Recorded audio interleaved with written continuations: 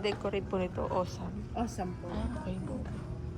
At saka yung ano naman, Miss, depende talaga sa ano. Depende sa team nyo. Opo.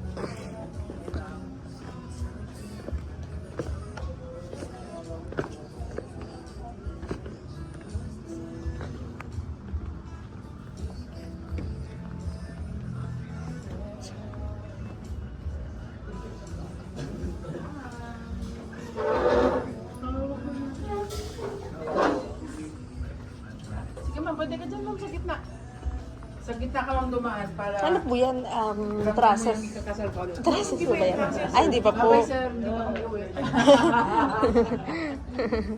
Hindi pa kami uwi. Ay, hindi pa. Ang advantage lang kasi dito ma'am is trusses ready na siya.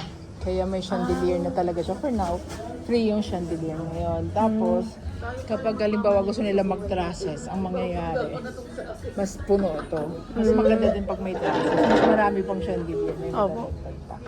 Ito hindi pa po pala siya trusses. Hindi ma'am, pero trusses ready na kasi yung venue. Oo. Kaya may nakasabit na talaga ng mga ano, chandelier Okay. po.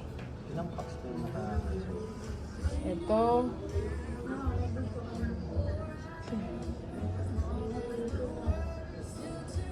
120 po ito. Ano pong ano to? Debut? Debut po. Debut yung event ngayon. Yes po. So kapag ano naman, depende naman sa team talaga. Opo.